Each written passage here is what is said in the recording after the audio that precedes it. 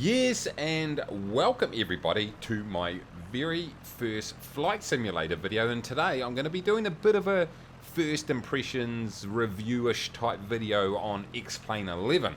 Now, the funny thing is, I've posted something like 250 videos, maybe more on my channel. I have never done a flight simulation video, which may not mean too much, except for the fact that Flight Sim is actually the game that I've played more of than any other of my games combined. Easily, probably 5 times as much as all my other games combined. I've probably got, I don't know how long I've got, I've probably got 10,000 hours plus in Flight Sim, but the key is that I've played only Microsoft Flight Simulator. For nearly 20 years, in fact, I've been playing Flight Simulator, and almost, well, in fact, the entire lot has been on Microsoft Flight Simulator, and of recent times, for the last 10 or 11 years, has been Flight Sim X. But something happened. My hard drive crashed. I had bugger all space, so I decided to download the XPlane demo. Liked what I saw, and here I am with the full version, giving it a bit of a whirl. Managed to have do a few hours, and but I'm still learning a lot, having to relearn the keys and stuff like that. So what I thought is just give you a bit of an impression from what I could describe myself as definitely an FSX fanboy. Spent a ton on extras, I mean add-ons, all that sort of stuff, payware. But why what I think about XPlane. So for a start, the first thing is when you log in, and I've just cranked up a flight here. Here we are in Queenstown in New Zealand, NZQN. And I've got the good old Cessna 172 Skyhawk here. And the very first thing that struck me when I first logged into this game was the lighting. Definitely a massive improvement on FSX. And I don't want to make this too much of a FSX versus XPlane 11 type scenario, but ultimately that's probably what will happen. I'll just contradict myself, who cares? So anyway, yeah, the lighting. I really like the lighting on this.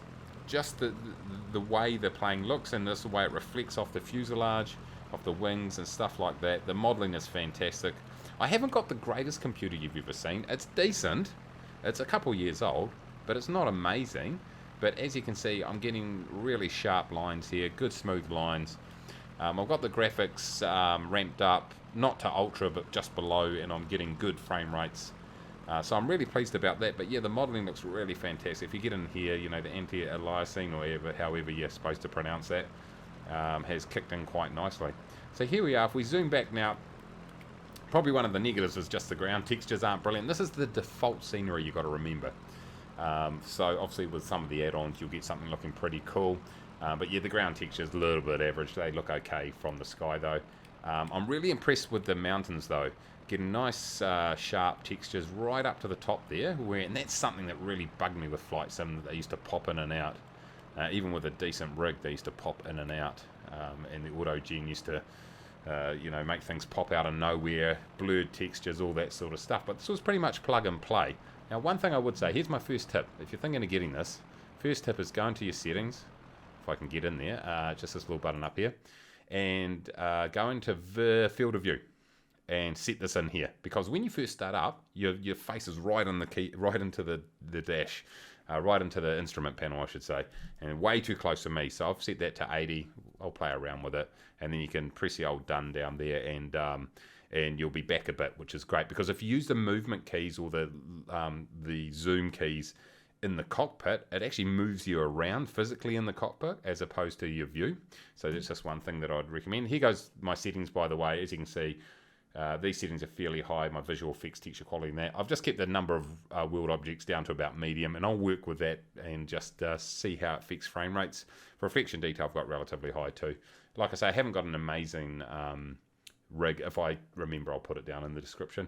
So all I've done really, I'm just using my Extreme 3D. I haven't plugged in my Cytec yoke or anything. I like this joystick, by the way. I've had several of them. The dog chewed through the last cord, but really easy, heaps of buttons, and you can just plug and play, away you go, it's all good.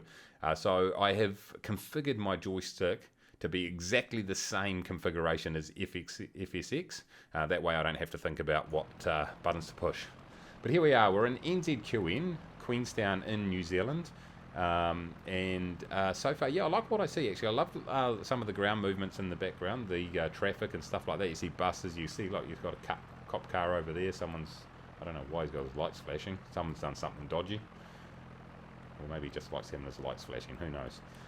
But yeah, look, the default texture, as you expect with a game that's 10 years younger than FSX, the default texture is actually pretty solid. There goes the Lake Wakatupu in the background there. And it actually looks pretty decent. I've got the reflections up to, you know, like you saw, almost max, not quite. And it really, you know, I'm still pumping out, I think I was pumping out about 50 or 60 frames per second, which I'm more than happy with. I don't, you know, that provides a good, smooth game experience. And so it's pretty well modelled, actually, Queenstown here. These roads are a bit funny. I've got to say, the roads are, they look a bit weird. Look at that, right up through there. But anyway, maybe that's fixed with payware and stuff like that. So anyway, if we jump into the cockpit itself, very standard Cessna 172 cockpit. And, you know, once again, the lighting looks cool. You got the reflection on the windscreen there, which is pretty awesome. Looking around the actual cockpit, pretty well modelled. It is just the default 172. But yeah, I'm pretty happy with that. And you can press the old Y key here, and you got all the lights on. Let's turn off the taxi light. Boom. And everything else is looking okay there in the meantime. Now you can start with either your engines on or cold and dark, and obviously it's a bit of a learning. If you jump in some of the bigger jets, obviously in the FSX you can just do the old Control E, everything boots up, away you go. But if you do start cold and dark, from what I can see so far, you've actually got to get in there and start the thing proper yourself. I've been a bit lazy over the years. While sometimes I'll do a full startup, go through the checklist, often I'll just do Control E and then taxi away and get into it. But it forces you to be a bit more pilot-like if you get my drift. So here we are. We're in here at Queenstown, and what I thought I'd do is just we'll do a quick little flight, nothing too major. Just get up in the air. I'll advance the time just so you can see some of the nighttime textures, which I haven't done a lot of, to be fair. So we don't need flaps here. We're looking good. Let's take off the parking brake, which is a different key to FSX. That always gets me all the time. I'm sitting there pumping it up. Now, what you'll see straight off the bat here is the torque of the engine pulling you left big time. So I've actually got a bit of right rudder in here to keep myself straight. And it took a little while to get used to that, actually. Very lifelike. Having flown this aircraft myself, you definitely get a bit of pull. And so there we go. We'll get it airborne, and boom, don't forget to ease off on your rudder, or else you'll end up on a completely different track. So here we go. Here we'll level it out to 80 knots, and we'll just keep climbing. But yeah, I think the flight mechanics, that's one thing you notice straight away. You're definitely having to deal with a lot more flight mechanics and aerodynamics, which is noticeable straight away, as you can see with the torque when you take off. In terms of the handling, if I just do maybe a bit of a standard rate turn here. That's not a standard rate turn, Mace. What are you doing? Let's do a medium turn, just because I overextended. Yeah, apart from that, it's relatively similar. Although I would say over time, what I'd probably notice is that this is a bit more realistic. You've got to fight it a bit where you should be fighting the aircraft, and it behaves itself when it should be behaving itself. At the moment, you've got to remember I've got no weather on, it's all clear, all that sort of stuff. So I'm going to have to do a bit more playing around to see how that actually, how things pan out. So here we go. Now I love straight away, let me just pull this and try to let me trim. Close enough. You got an autopilot here, it's all good, but I'm not going to do it. I'm just going to play around and go up and down, up and down. But yeah, straight away, as you can see, the default graphics, yeah, they're definitely pretty solid. Like I say, the detail on the side of the hills there, that's something that struck me straight away. I was really impressed with that. And the lighting, absolutely brilliant. I really like the way the light reflects off the aircraft and just the generic ambience. Now, one thing you didn't see on that particular runway, but you'll notice, is that runways aren't dead flat, and that brings an absolutely new sort of dimension to your flying. I've been doing a bit of flying through Canada, through some of the smaller airports there, and you absolutely notice it. You've got these runways where you only see the first sort of 150 feet in front of you before it curves off into the distance, and it makes an interesting sort of situation when you come into land. You just got to take that into account. Also, when you take off, it just gives that added bit of realism, which I really, really like. If we just jump outside the aircraft here we go, we'll do a bit of a fly past. there's heaps of different views, obviously, you can take advantage of. I like that one, that's pretty cool, eh? I've forgotten what it's called, but look, I like the reflection. Look at this, look. You can see the reflection of the mountains on the lake there. That's a nice little touch. I better get back in the cockpit and see what's going on. Way too close to the mountain. So yeah, like what I would say is I'm very early in gameplay at the moment. And oh, I was just checking there. I thought I'd forgotten to push record. What an idiot. But one thing I found, but I have pushed record, by the way. That's why you're seeing this. So I'm very early. You can see the scratches on the windscreen. Nice little touch. Very early, but I think the first thing that really has grabbed me about this game, a couple of things. Number one, just the graphics and the immersion. Definitely a big improvement from a stock product, and I've got no add-ons whatsoever on this. The second thing are the flight dynamics. Big noticeable difference, particularly with the way the aircraft behaves, just in the air with turbulence, also on the ground, and the way the aircraft approaches flares, all that sort of stuff. Definitely a lot more lifelike. The other and the third thing really is the just the ground, sorry, the runways, the way they're shaped, and having to deal with that as you come in to land and as you take off. So these are all very early thoughts, and I'll do a more advanced video once I fly a bit more. But yeah, look at this. This is beautiful. Love it, and I love that sun just reflecting off the edge of the cockpit there. What I'll do is let's just pause this up. Pause. And you can actually just advance time pretty easily here. Shift L, I believe. Boom, boom, boom, boom, boom. Oh, look at this. So you can really let's get outside the aircraft if we can. Let me get into a view that makes sense. I'm still circle view, that's me. Ah, that's cool. Yeah, that is really nice. Look at that. Beautiful. You can get these in all simulators, obviously, but yeah, that's a nice hue right there on the top of the aircraft, on the side of the aircraft. Wow. I might print the screen on that. That could be my next screensaver, I think. Beautiful. So that's really nice. Let's just advance it a bit more into the night. Now, what I've been told is that this is where this flight sim does a great job at night. So this is the first time I've actually... Let's unpause this thing. I actually haven't had much to do with it at night whatsoever. So look at this. The lighting is... well, it wouldn't need to be really much better to be better than FSX's, but I love the way the lights are reflecting off the aircraft. That is really nice. Love that. Look at that. Yeah, and I'm really impressed with that. Let's just bounce off here. I can't see a bloody thing. Oh, what am I doing? What am I doing? Ace, what are you doing? You can't see. Like I can fly by instruments, sort of.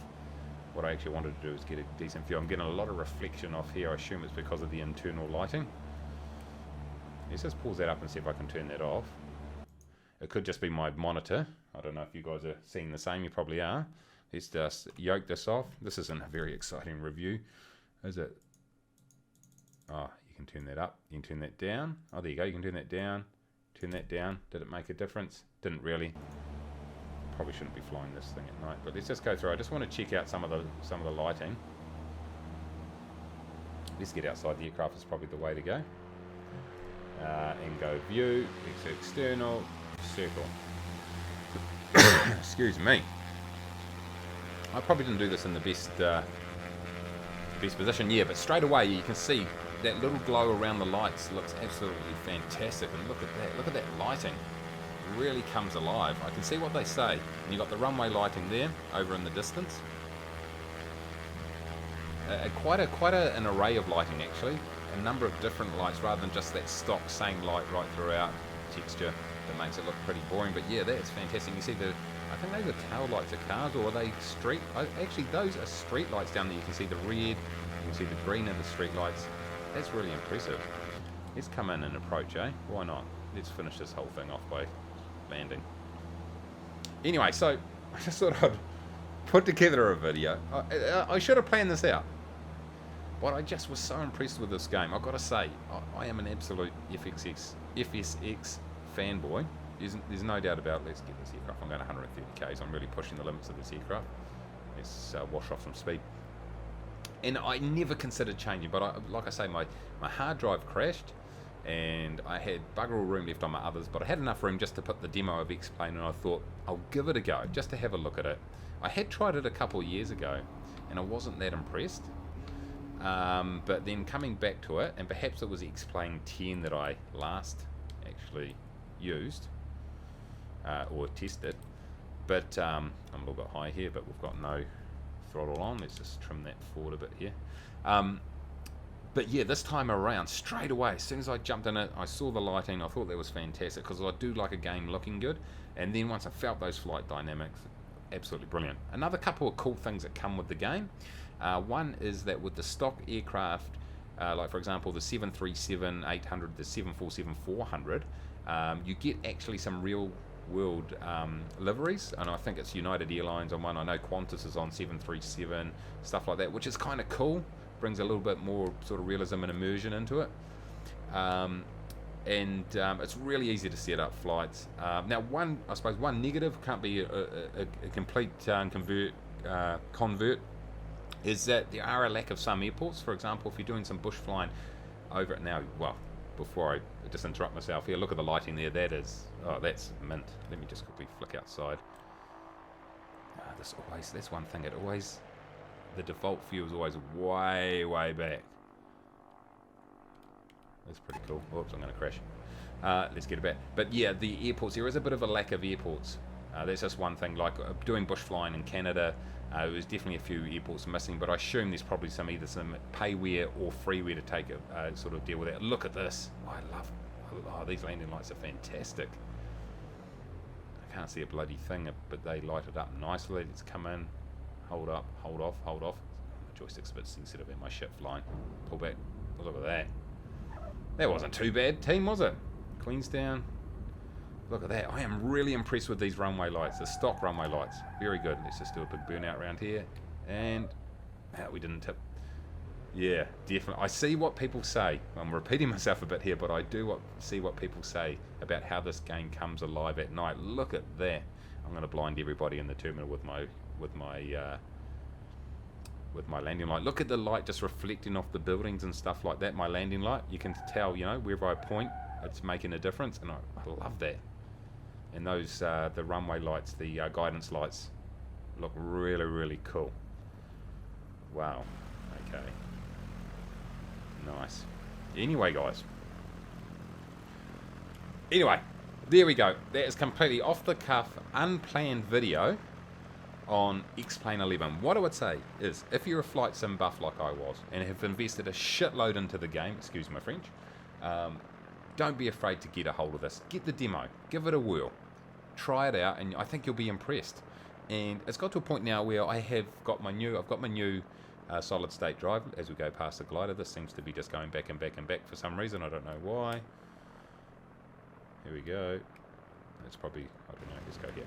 I was a little bit worried. I've invested so much time in Flight Sim X. Do I make the change? My categorical answer is give it a whirl. It is awesome. I am really impressed with that. I've only scratched the surface. I've played a handful of hours. I've played 2 or 3, maybe 4 hours of this game, and I'm still an absolute noob with it. I'm going to have to retrain myself on a number of things, but for a stock game out of the box, it is ultimately playable just out of the box, as you can see. And I'm sure with a bunch of add-ons available, it's just going to, it'll go from strength to strength. And it's using modern technology as opposed to a game that's 11 years old. And obviously new versions are coming out from time to time. So, you've got that evolution of the game. So what I'd say is give it a whirl, see what you think about it. I would highly recommend it. I've got it all linked up to the my virtual airlines I fly for. Flight Sim Economy, which is another one that I enjoy doing. It hooked into there and it made it really easy. It's just got an add-on up in here, a plugin, and X Economy. Open that up and start your flight and away you go. It's all good. Man, I love those lights in the background. So yeah, absolutely impressed with this game. I literally said to myself when I sat down, I'm going to do a 5-minute just start it up and just start talking. It'll be 5 minutes, and here we are. We're 20 minutes into this video, and I haven't even scratched the surface on what this game can do. But I'll continue to do a few more flights and stuff, put together more of an edited version, and hopefully hopefully you'll enjoy that. So sorry for yabbering on so much, but what I'd say, pick this up, get into it, try it out. I think it's awesome. and yeah, you'll see a lot more about it. Anyway, hey, there we go. We're over the 20-minute mark. Man, that's sad that I can talk that long and that much rubbish. Anyway, I'll come back after I've played a lot more hours on this game and give you probably a much better interpretation of what's actually going on. Until then, guys, as always, thank you very much for watching. If you're new, smash the subscribe button. Go on, just do it. Just do it. And hit the like button if you like these videos. And until next time, as always, take it easy.